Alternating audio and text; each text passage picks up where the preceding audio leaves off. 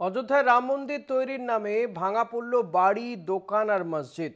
বাড়ি দোকান হারিয়ে কষ্টে দিন কাটাচ্ছে সেখানকার সাধারণ মানুষ। মন্দির তৈরির নামে নিজেদের বাড়ি হারিয়ে কান্নায় ভেঙে পড়েছেন সেখানকার বাসিন্দারা।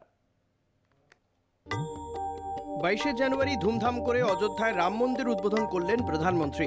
মন্দির উদ্বোধন অনুষ্ঠান এক প্রকার রাষ্ট্রীয় উৎসবে পরিণত হয়েছিল। আনন্দে গা ভাসায় গোটা অযোধ্যা তথা দেশ। আর তার উল্টো পিঠে ধরা পড়ল এক করুণ চিত্র। চোখের জলে ভিজল অযোধ্যার রাজপথের বাসিন্দাদের। রাস্তা তৈরির নামে ভাঙা পড়ল বাড়ি, দোকান।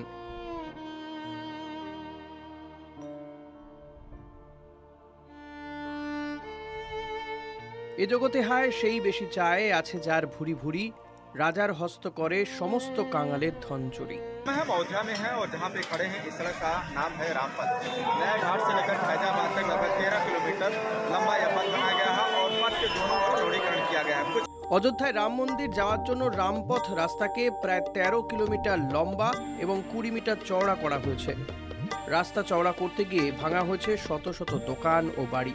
বাড়ি দোকান হারিয়ে অসহায় অবস্থায় রয়েছেন সেখানকার সাধারণ মানুষ থেকে দোকানিরা। मेरा रोजगार चला गया, उससे बहुत दुखी है। हमको जो हिसाब से जो परिस्थिति से हमको मुआवजा चाहिए था, हमको मुआवजा नहीं मिल पाया। मैं ना कोई कारोबार कर पा रहा हूँ, ना कोई अपना।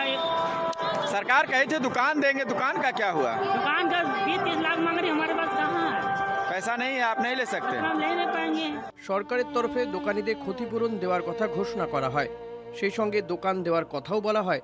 ক্ষতিপূরণ হিসেবে দোকানদাররা পেয়েছেন মাত্র 1 লক্ষ টাকা। দেওয়া হয়নি কোনো দোকান। উল্টে এখন দোকান কিনতে হবে, যার দাম পড়বে প্রায় 19 থেকে 25 লাখ টাকা। এত টাকা দিয়ে দোকান কেনার সামর্থ্য বেশিরভাগ দোকানির নেই বলে জানিয়েছেন তারা। यहाँ पर सबको लाइन से 1-1 लाख रुपए मुआवजा सरकार ने दिया है और जिनकी पूरी दुकानें गई थी, ये सरकार ने वादा किया था कि जिनकी दुकानें गई हैं उनको दुकान के बदले दुकान में शिफ्ट किया जाएगा। लेकिन दुकान का तो पैसा मांग रहे हैं, यही तो गलत कर रहे हैं ना जी। वो एक दुकान की कीमत 18 लाख 20 लाख रुपए मांग रहे हैं और मान लीजिए किसी की दुकान प्रसाद की है और उसको चौथे मंजिल पे जो दुकान दे दी जाए, वो बेचारा क्या करेगा, और वो भी शहर के बाहर।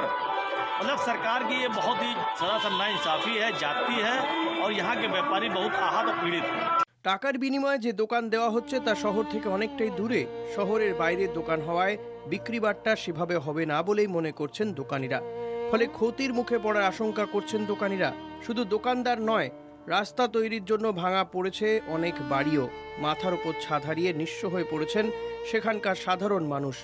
একদিকে অযোধ্যায় রাম মন্দির নিয়ে উন্মাদনা, অন্যদিকে বাড়ি ঘর দোকান হারিয়ে চোখের জলে ভাসছে সেখানকার বাসিন্দারা।